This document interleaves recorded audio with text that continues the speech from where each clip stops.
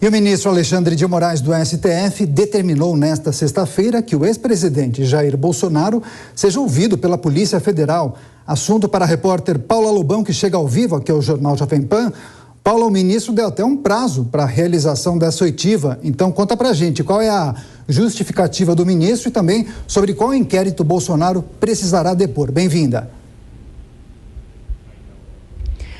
Oi, Daniel, obrigada. Uma boa noite para você, boa noite para todos que acompanham a Jovem Pan nesta sexta-feira. Como você disse, o ministro Alexandre de Moraes decidiu hoje, ministro do Supremo Tribunal Federal, decidiu hoje que Jair Bolsonaro deve ser ouvido pela Polícia Federal e isso deve ocorrer num prazo máximo de 10 dias.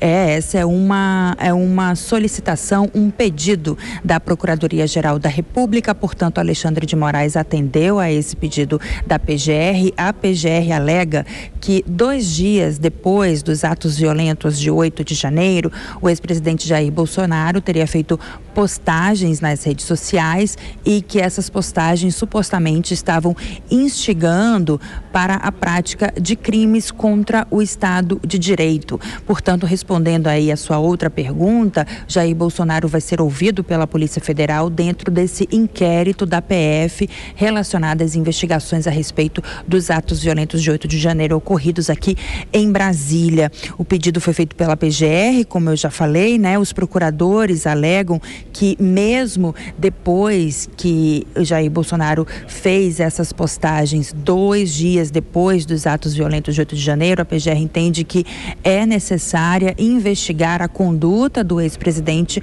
com relação a essa questão. A gente também lembra aqui que na decisão de Alexandre de Moraes, feita hoje, Daniel, ele também deixou claro que é indispensável que o ex-presidente Jair Bolsonaro seja ouvido pela Polícia Federal para que esses fatos sejam esclarecidos por completo.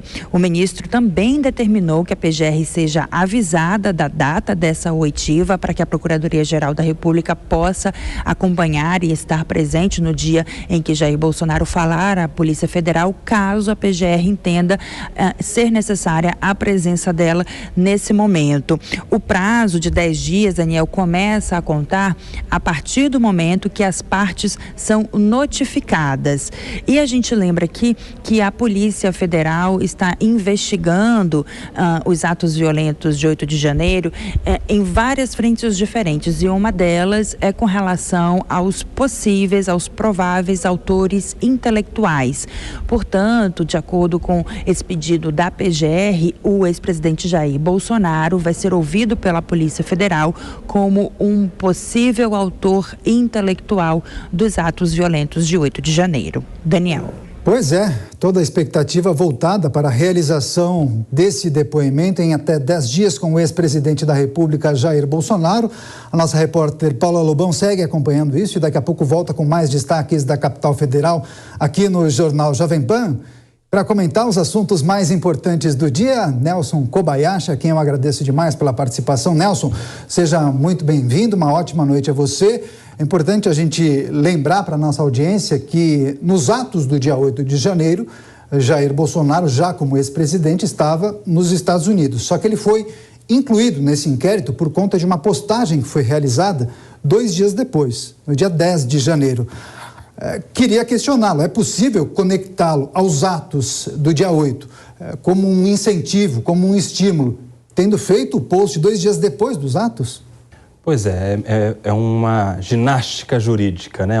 Seria uma gambiarra jurídica. Primeiro, muito boa noite a você, Daniel, a toda a nossa audiência. O presidente ou ex-presidente Jair Bolsonaro está sendo incluído neste inquérito para ser ouvido como um possível investigado, como alguém que teria, em tese, participado dos atos do dia 8, como alguém que instigou, induziu aqueles atos que seriam espécies de participação moral nos atos, né, que a legislação penal autoriza, mas há um esforço muito grande, é uma ginástica jurídica, seria uma gambiarra jurídica incluir um nexo de causalidade para uma postagem que foi, inclusive, superveniente, ou seja, posterior. Como é que ele teria induzido um ato passado?